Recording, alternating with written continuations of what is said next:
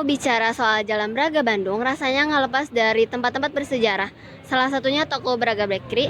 Toko ini menyatukan khas Belanda dan Indonesia. Untuk mengetahui lebih jauh, kita akan langsung berbincang dengan ownernya. Mungkin bisa diceritakan gimana sih awal mula berdiri toko bakery ya? Ya. Toko Braga Bakery. Oke. Nah, jadi toko ini disebut dengan toko Braga Bakery. Nah, toko Braga Bakery ini memang secara riset. Jadi sebelum kita buka toko ini, kita coba riset dulu di Braga tuh sebetulnya DNA-nya apa sih, atau soul-nya atau jiwanya apa. Nah, setelah kita telusuri dan kita ambil intisarinya, intinya memang Braga ini kan khas Belanda ya, dan memang dari dulu terkenal dengan sejarah Belandanya. Jadi secara brand kita juga meriset ke Belanda. Jadi ada momen dimana kita memang berangkat ke Belanda buat mencari nih si apa sih yang mau kita bikin, tokonya ini mau jadi apa.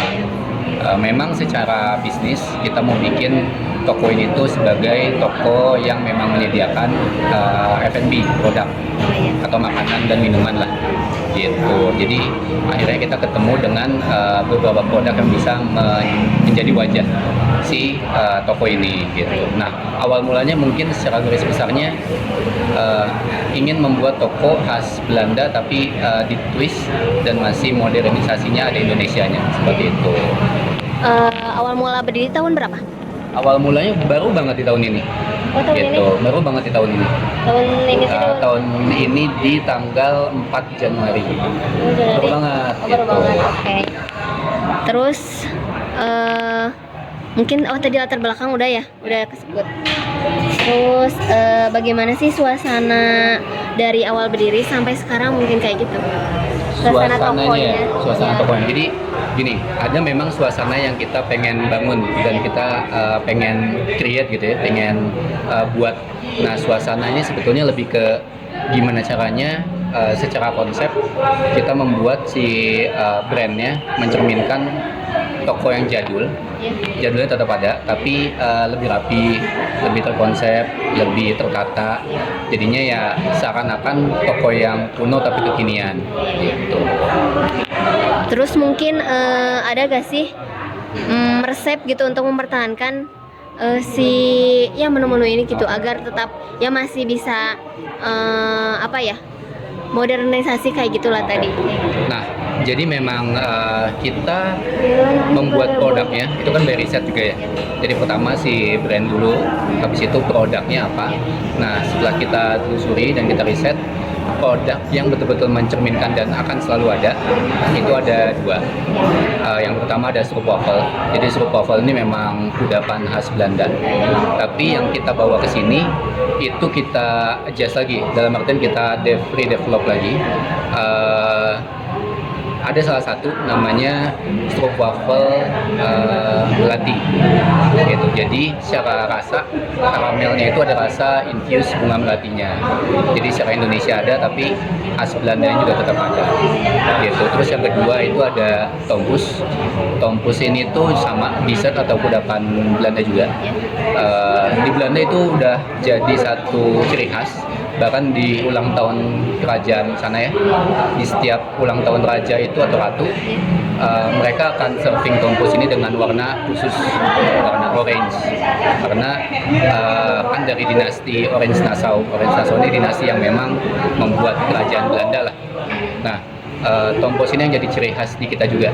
Bedanya kalau di kita twist lagi atau kita improve lagi si resepnya dengan gaya kita atau rasa-rasa khas Indonesia gitu. Contohnya mangga melati gitu. Jadi memang ada unsur mangga lokal, terus bunga melati Indonesia. Berarti resep dari pertama kali berdiri itu sama berarti, atau ada perubahan ketika? Sama. Oh, masih sama. Oke.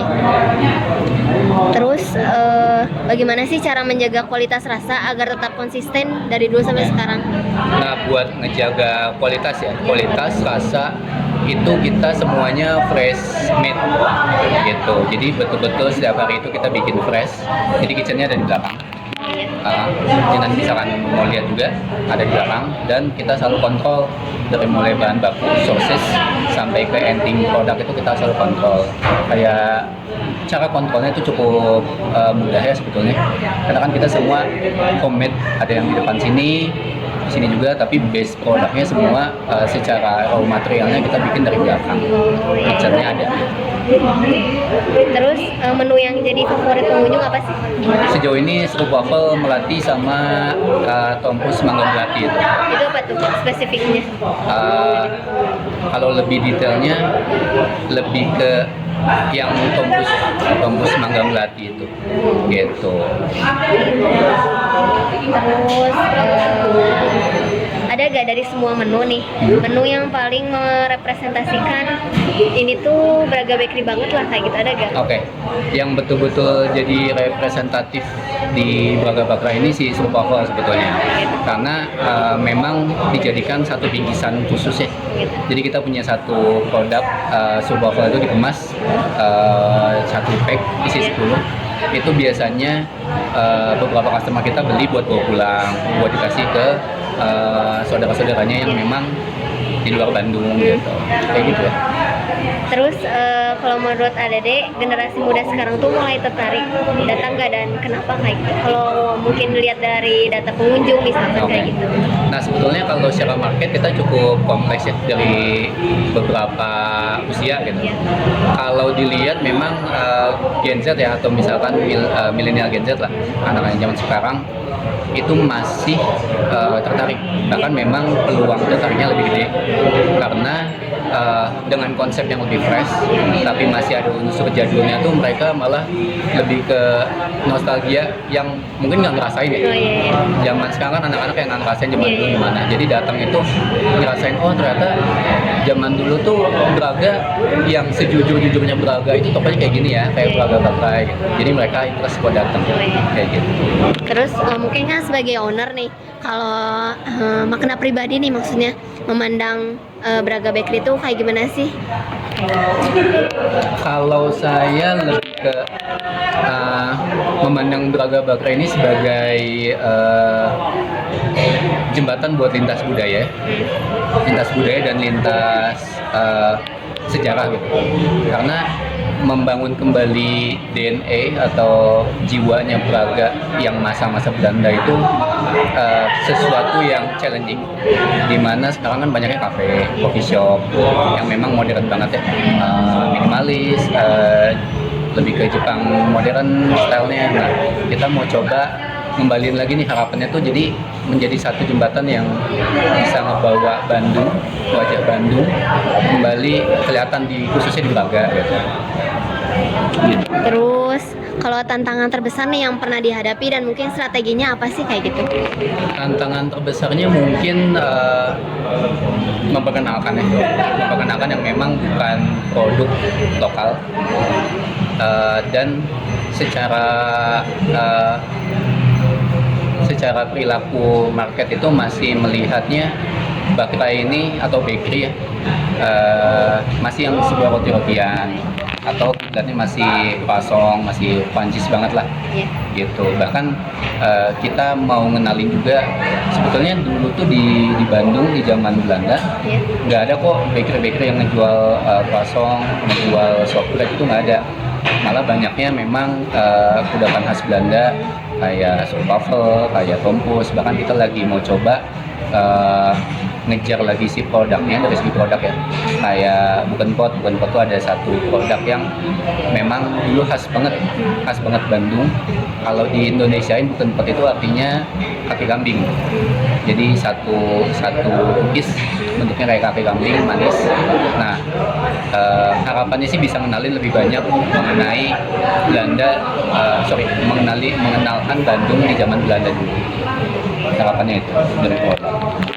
Terus kalau misalkan harapan untuk kedepannya apa nih? Harapan buat kedepannya lebih bisa menggapai market dan mengenalkan lagi Bandung secara keseluruhan ya. Jadi nggak cuma di zaman Belandanya, tapi mungkin di zaman sekarang itu Bandung seperti apa sih. Bahkan yang kan kalau sekarang kan masih yang khas Belandanya. Mungkin kedepannya kita akan buka beberapa outlet lagi dengan brand yang berbeda, tapi mengenalkannya si kudapan khas Jawa Barat. Gitu, kayak contohnya Gulung atau Bagelen, yang sebetulnya ya Bagelen juga dulunya dari Belanda, tapi sekarang Bagelen udah Jawa Barat banget ya, mengenalkan lebih ke Jawa Baratnya sih. Jadi ini starting point aja gitu, starting pointnya, tapi kedepannya akan lebih memunculkan Jawa Baratnya, kayak gitu harapannya sih itu. Sumber hidangan menjadi saksi perjalanan waktu, menghubungkan masa lalu dan masa kini dalam satu rasa. Di tengah modernisasi kota, tempat ini membuktikan bahwa tradisi dan kualitas yang dijaga dengan konsisten akan selalu punya tempat di hati.